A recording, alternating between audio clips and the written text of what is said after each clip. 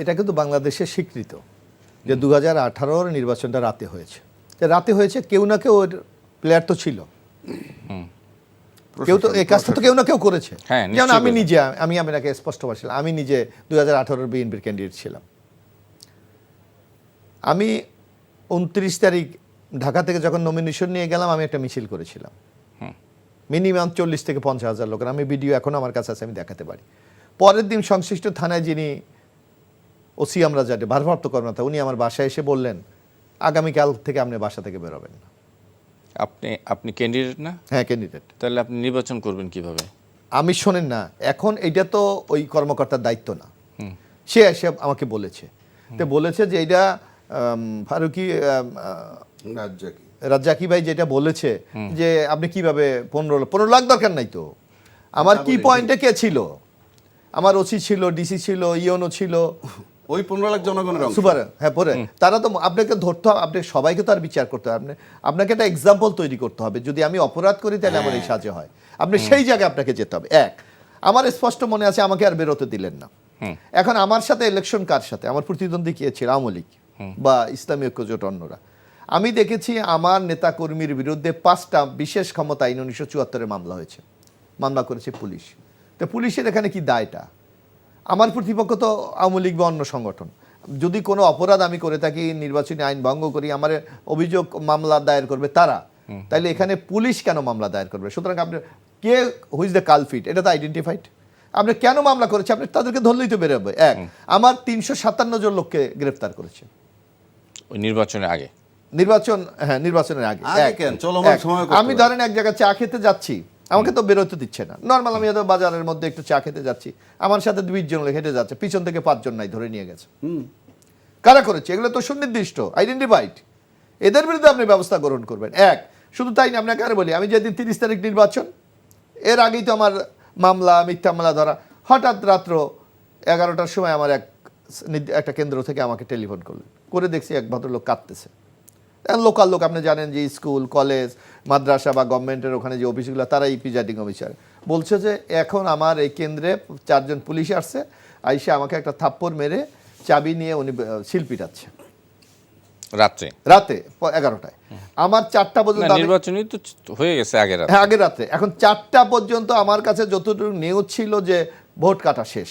তাহলে এখন রাজ্জাকি যে এই কথা বলছে, আপনি কাকে ধরবেন? এই যে হুইজ দ্য কালফিট, এদেরকে ধরলেই তো আপনি বিচার হবে। এই জায়গাটা আমি আপনার সাথে একমত আছি। আমি সেই জায়গাটা এখানে শুধু তাই না, আরো আপনাকে আমি একটা মানে একেবারে জাতীয় সংসদে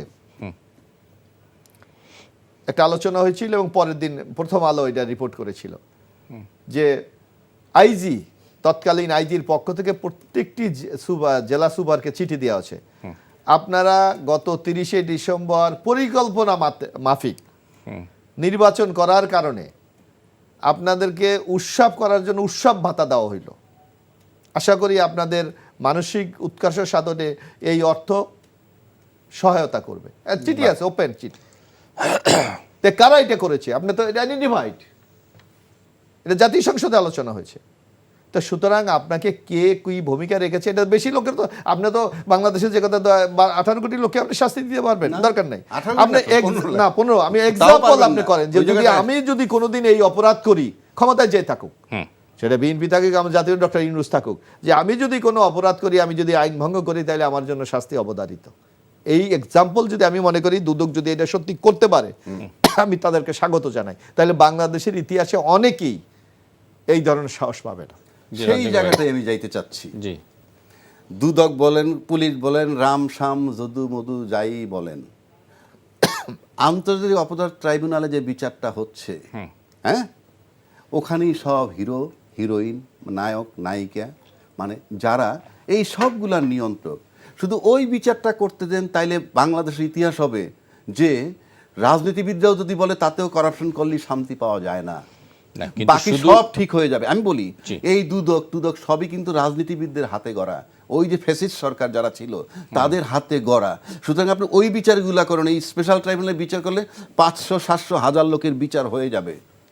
তারপরে যেটা আইডেন্টিফাইড যেটা করছে উনি, সেগুলোর আপনি বিচার করেন, সেটার জন্য সময় লাগবে এবং সেটার জন্য ওই লোকেরই দরকার যার রাজনৈতিক অভিলাষ নাই, আমার কথাটা বোঝার চেষ্টা করেন যে আমি যদি রাজনীতি করতে রাজনীতি টিকতে চাই, বাংলাদেশের রাজনীতির ধারা ওভারনাইট আপনি জনগণ দিয়ে টিকবেন, এই প্রশাসনের যে জটিলতা এর থেকে বেরোইতে হলে 2-4-5টা ইলেকশন লাগবে, 2-4-5টা ইলেকশন লাগবে।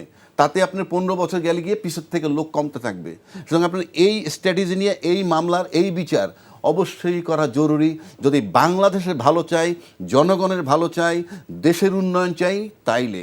আর যদি ব্যক্তির উন্নয়ন চাই কিংবা দলের উন্নয়ন চাই কিংবা ক্ষমতায়, সেটা ভিন্ন আসপেক্ট, সেটা নিয়ে আমার কিছু বলার নাই। মোশাররফ ভাই, আমরা শেষের দিকে আছি, একদম শেষ তবে কথা আমি আপনার কাছে আপনি শুনতে যে চাই। প্রসঙ্গটা আমি বলেছি, এটা একটা এক্সাম্পল হওয়া উচিত বাংলাদেশের, যে যদি আমি কোনো সরকারের নগ্ন দালালি করি, কারণ একটা গভর্নমেন্ট যখন সরকারি চাকরি নেয় তার কিন্তু সুনির্দিষ্ট নীতিমালা আছে, শুধু আচরণ সরকারি বিধি আছে। চাকরি ইসি যারা শপথ হ্যাঁ, নিল, অবশ্যই। এবং আমি একটা কথা বলি, আপনি দেখেন, আমার স্পষ্ট মনে আছে তৎকালীন নির্বাচন কমিশনার নুরুল হুদা, উনি আমার জেলার পটুয়াখালীতে, বাউফলে ওনার বাড়ি। ওনার থেকে আমার একটা উপজেলার দূরত্ব সর্বোচ্চ 15 কিলোমিটার। আমি নিজে টেলিফোন করে বলেছি ওখানে ভোট কারচুরি হচ্ছে উপজেলায়, উনি চোখে দেখেনি। চোখে তো কি করবেন আপনি কি করবেন? এক, শুধু তাই না, আপনি এই যে নির্বাচন 24-এর নির্বাচন, এটা তো আপনাদের মিডিয়া দেখিয়েছে যে সকাল 8টায় যিনি নির্বাচন কমিশন ছিলেন উনি এই যে হাবিবুল্লাহ বাহার কলেজে গিয়ে বলল যে আমি একমাত্র আওয়ামী লীগ ছাড়া কারো এজেন্ট দেখতে পাই নাই। এবং তখন ভোটের উপস্থিতি এক এক কেন্দ্রে 20টা 22টা 25টা। হঠাৎ করে যেতে যেতে এক পর্যায়ে 3টার সময় বললো যে 27%, 4টার সময় হঠাৎ উনি বললো যে 41%। তো এই ধরনের যারা মানে জায়েজ করতে চায় এইসব অপকর্ম, তাদের তো করেছে। প্রকাশ্যে না, এইটা আমি বিচার এইটা করা। তার আমি দোষ দিই না। এই যে ওথ ভাঙা, এই যে সিইসির ওথ, হ্যাঁ, প্রধানমন্ত্রী নিজেও তো ওথ নিছেন। প্রধানমন্ত্রী তো ধরেন একটা পলিটিক্যাল কাইডা, আরে পলিটিক্যাল ওথ নিছে না, সংবিধান সেটা তো লঙ্ঘন করেছে। সেটা তো হ্যাঁ। তার মানে কি দাঁড়ায় শুনেন, আপনি একজন বাবা ফ্রিজে সাজায় রাখছে মদের বোতল, তার ঘরে পার্টি হয়, রেগুলার খায়, উপরে বৈশা খায়, এখানে বৈশা খায়, ওইখানে। তার ছেলে ইন্টারমিডিয়েট পাস করছে, পড়তেছে, সে ফ্রিজের থেকে নাইলে নিয়ে যদি খায়, বাবাই করবে কি? সেটা ঠিক আছে। এগুলা ইসি মানলো না। আয়নাগরটা কার নির্দেশে বানাইছে? কোন এই যে পুলিশের বাপের একটা- ক্ষমতা এই আছে? যে না না, একটা পুলিশের কি বাবার ক্ষমতা আছে যে আমি একটা আয়নাগর বানাইয়া সেখানে লোক রেখে দিব? না সেটি নাই, কিন্তু আপনি টপের লোক যদি ওত ভাঙেন, আপনি ওই জায়গায় বিচার করেন, কোন রাজনৈতিক নেতা আইসা ওই নির্দেশনা দিবে না যে তুই আয়নাগর বানা। Very simple. জি মোশাররফ ভাই, শেষ করতে হবে। জি প্লিজ। আমি মনে করি এই যে আলোচনা আমরা গুলো করলাম, হ্যাঁ। এই আলোচনা করে শুধু আপনি সময় ক্ষেপণ করবেন। আমার মনে হয় যে এই দৃষ্টান্ত হওয়া উচিত, একটা বিচার হোক, দরকার নেই। আপনার মনে আছে এই যে আমরা যদিও এগুলা সাপোর্ট করি না, এই যে এটা আফগানিস্তানে কি ছিল, এই যে যখন তালেবানদের দখল করে, হ্যাঁ। ওই রাজা ছিল, একেবারে ধরে আইনা প্রকাশ্যে রাস্তায় লটকাইয়া ইর উপর লাইট পোস্টের উপর রেখে দিয়েছে। এইরকম দুই একটা এক্সাম্পলই আপনি বিচার করেন, অনেকে ভয় পেয়ে যান। না, ক্রস ফায়ার কম করছি নাকি আমরা? ক্রস ফায়ার ইজ নট, এটা দেখে নাই তো কেউ। শেষ করতে হবে। অ্যাডভোকেট আবু হেনা রাজ্জাকি এবং এবিএম মোশাররফ হোসেন, আপনাদের দুইজনকেই অনেক অনেক ধন্যবাদ।